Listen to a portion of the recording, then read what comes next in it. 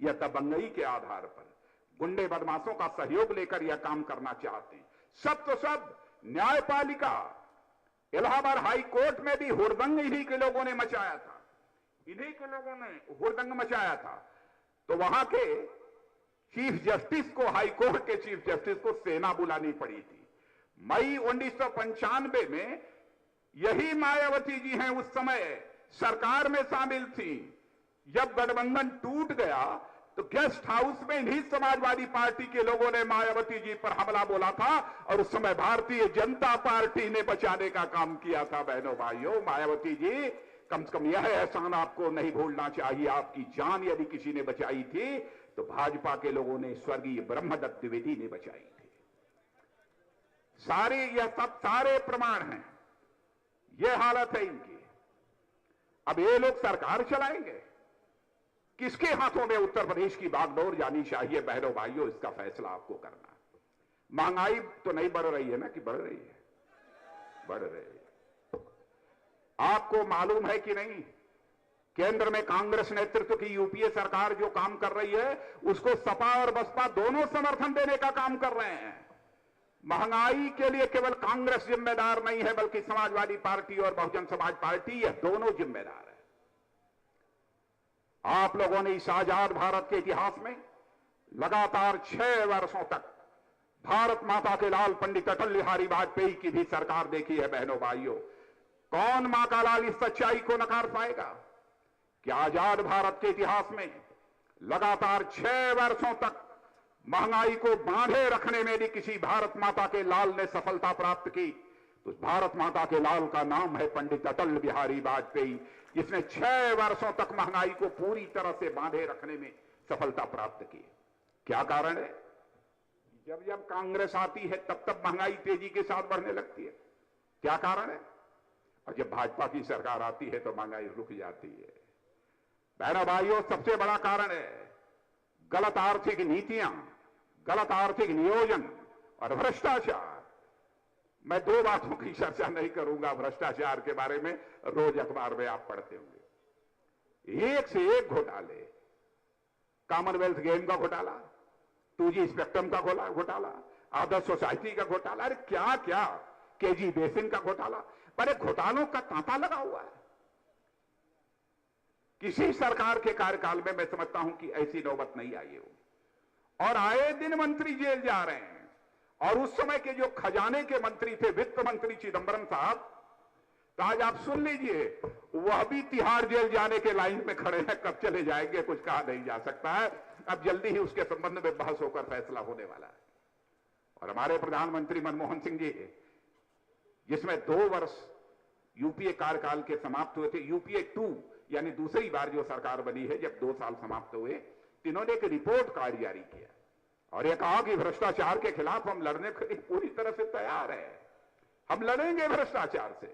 लेकिन चिदंबरम पर जब आरोप लग गया कि 2G स्पेक्ट्रम में ये राजा जो मंत्री थे टेलीफोन विभाग के, टेलीकॉम मिनिस्टर, जो आज जेल की हवा खा रहे हैं, उन्होंने भी कह दिया और सबने कह दिया, इस केवल राजा की मर्जी से नहीं हुआ है, उस समय के वित्त मंत्री चिदंबरम साहब की मर्जी से हुआ। जब यह खबर बाहर आ गई और आज के वित्त मंत्री प्रणब मुखर्जी ने एक मेमोरेंडम भेजकर प्रधानमंत्री कार्यालय को जब यह बात कह दी, तो उसके बाद विदेश में थे प्रधानमंत्री जी, उनको बड़ी चिंता हुई कि हमारा इतना निकट का सहयोगी अब ये भी जेल जाने वाला है। तो उन्होंने कहा, चाहे जो कुछ भी हो, मैं अपने सहयोगी की पूरी तरह से मदद करूंगा। प्रधानमंत्री की दोनों चीजें कैसे चल सकती है? भ्रष्टाचार के खिलाफ लड़ने की प्रतिज्ञा भी आप करते हैं और दूसरी तरफ आप अपने सहयोगी को बचाने की भी बात करते हैं। बहनों भाइयों, हद हो गई है, सारी हदें पार हो गई हैं। महंगाई बढ़ने का सिलसिला यह निरंतर जारी रहेगा। सपा बसपा के लोगों से आप पूछो कि क्यों आपने लिखित समर्थन इनको दिया है, यह सवाल इनसे पूछा जाना चाहिए। काला धन दुनिया के विदेशी बैंकों में पड़ा है। बस इतना ही कहूंगा, मैं विस्तार में चर्चा नहीं करूंगा, इतना ही कहूंगा, जिस दिन उत्तर प्रदेश में आपने सरकार बना दी, दिल्ली में हमारी सरकार बनेगी। 1 साल के अंदर दुनिया के विदेशी बैंकों में जो आपकी गाढ़ी कमाई का पैसा काले धन के रूप में पड़ा हुआ है, उसको हम 1 साल के अंदर हिंदुस्तान की बैंकों में लाएंगे और यहां की गरीबी और बेरोजगारी की समस्या का समाधान करेंगे। क्यों नहीं हो सकता है? बातें बहुत सारी हैं बहनों भाइयों, लेकिन आपको यह चिंता होती होगी। जैसा सुषमा जी ने कहा, हमारी बात हो रही थी, मैंने कहा कि उत्तर प्रदेश में ऐसा प्रचार किया जा रहा है और कभी कभी लोग हमसे सभाओं में पूछते हैं कि साहब आप ही लोगों ने समर्थन दिया था। आपको मालूम है ना मैंने बराबर विरोध किया है? मालूम है कि नहीं मालूम है? मालूम है तो हाथ उठाइए, मालूम हो तो ना, मीडिया के लोग देख लीजिए। बराबर विरोध किया है, लेकिन एक प्रयोग था। कभी कभी प्रयोग होते हैं, विफल हो जाते हैं। और बहनों भाइयों, गणेश यह जो हाथी है ना, वह ब्रह्मा विष्णु महेश नहीं है। लोग उस हाथी में गणेश देखने लगे थे, भ्रम हो गया था। गणेश जी को केवल एक दांत होता है और मायावती जी के हाथी को 2 दांत है, ऐसा भ्रम। अरे भाई, माता सीता को भी एक बार भ्रम हो गया था। जब साधु वेश में रावण आ गया था तो उन्होंने लक्ष्मण रेखा को पार कर दिया, इसीलिए सीता का अपहरण हो गया था। तो बहनों भाइयों, कभी कभी यह भ्रम बड़े बड़े लोगों को हो जाया करता है, लेकिन आपको मैं विश्वास दिलाना चाहता हूं, और हम लोगों ने पूरी पार्लियामेंट्री बोर्ड में इस बात को तय किया है कि चाहे जो कुछ भी हो जाए, या तो हम अपनी सरकार बनाएंगे, यदि जनता का पूरा विश्वास हमको नहीं मिलता है तो हम एक सशक्त और प्रभावी विपक्ष की भूमिका का निर्वाह करेंगे, लेकिन बहुजन समाज पार्टी की सरकार को हम उत्तर प्रदेश में पुनः किसी भी सूरत में नहीं आने देंगे। अच्छा, यह बताइए, अभी हमसे तेजवीर सिंह चर्चा कर रहे थे खाद के बारे में। खाद वाद मिल रही है कि नहीं? नहीं मिल रही है। अरे भाई साहब, जरा आप लोग देखिए जनता के हाथ, खाद वाद नहीं मिल रही है, देख लीजिए, नहीं मिल रही। अच्छा, नहरों में पानी वानी आ रहा है कि नहीं? वो भी नहीं आ रहा।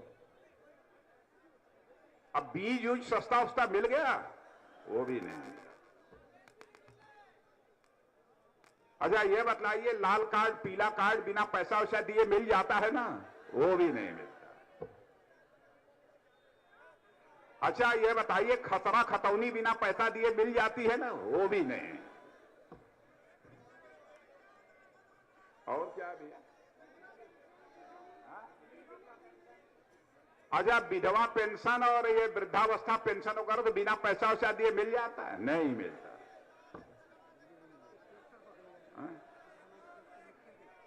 आपके ट्रैक्टर वगैरह तो नहीं पकड़े जा रहे हैं? पकड़े जा, चलिए कुछ ना कुछ तो हो रहा है। अच्छा, मायावती जी ने कहा था कि मैं मुख्यमंत्री बन जाऊंगी तो 2 साल के अंदर 18 घंटे की बिजली मुहैया कराऊंगी। तो बिजली तो आ रही होगी 18 घंटे। अरे क्या बात है! अरे भाई, 4.5 साल हो गए ना, 18 घंटे भी नहीं आ रही है।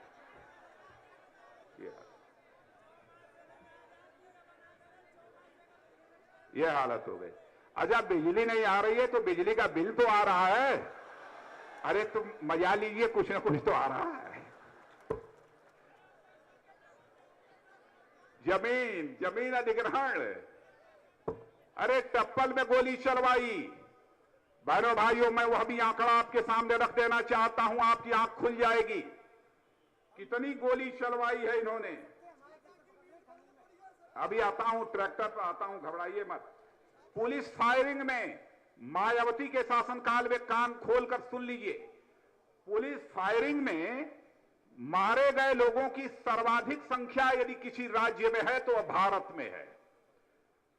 टप्पल में गोली चली, भट्टा परसौल में गोली चली, कहां कहां की मैं चर्चा करूं कितनी गोलियां चली।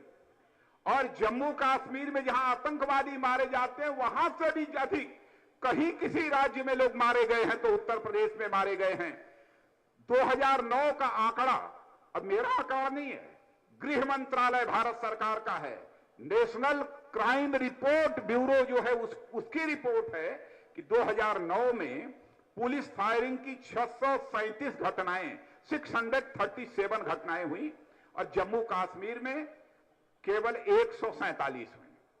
यूपी में 56 लोग एक साल में मर गए पुलिस फायरिंग में और जम्मू कश्मीर में केवल 28 लोग मरे। यह तो हालत है पुलिस फायरिंग की। यह उत्तर प्रदेश में हो रहा है। क्या ऐसी सरकार को चलने देना चाहिए? गन्ना गन्ना आता हूं, गन्ना है हमारे पास, गन्ना मैं छोड़ दूंगा, मैं किसान हूं। हाँ बंद है, छाता मिल बंद है कि नहीं? छाता मिल बेच दिया। अब कई मिले मिट्टी के भाव बेच दी। मैं एक मिल देखने के लिए गया था मोहिद्दीनपुर बेरठ में। लोगों ने बताया कि साहब इसमें 1000 एकड़ की जमीन है और इसको बेचने की बात चल रही है। मैंने कहा कितने में? कहा सौदा लगभग पक्का हो गया है। मैंने कहा कितने में? कहा 25 करोड़ में। मैंने कहा इसकी कीमत कितनी होगी? कहा 400 करोड़। पौने 400 करोड़ कहां जाएगा? क्यों यह पैसा बेचा जा रहा है? बहनों भाइयों, बस इतना ही मैं कहना चाहता हूं। चीनी मिल तो हम लोग खुलवाएंगे, और जो मैं कहकर जा रहा हूं आप सुन लेना। चीनी मिल तो हम लोग खुलवाएंगे ही, और चीनी की कीमत भी 300 रुपए से 350 रुपए के बीच हम गन्ना किसानों को मुहैया कराएंगे। यह आपको वचन देकर जा रहा हूं।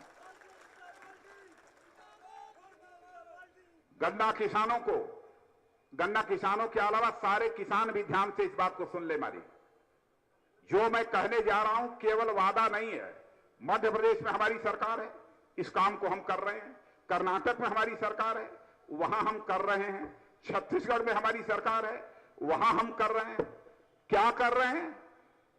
जिस दिन उत्तर प्रदेश में भारतीय जनता पार्टी की सरकार आ जाएगी, हम अपने किसानों को 1% ब्याज दर पर कर्ज मुहैया कराएंगे। 1% ब्याज दर पर कर्ज मुहैया कराएंगे।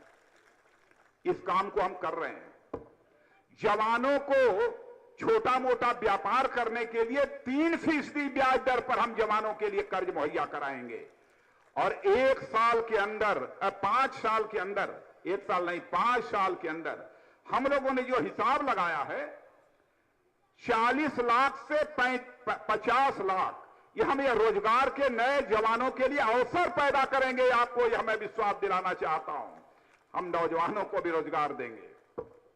यह सब सारी बातें मैं कह रहा हूं। मैं जानता हूं कि आपको यह लगता होगा कि ये तो नेता लोग कहते रहते हैं, लेकिन मैं बहनों भाइयों ऐसे नहीं बोलता हूं।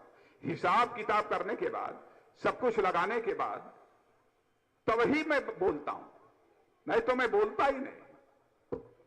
यह सब सारी बातें इसलिए कह रहा हूं कि यह सब हम लोग करेंगे।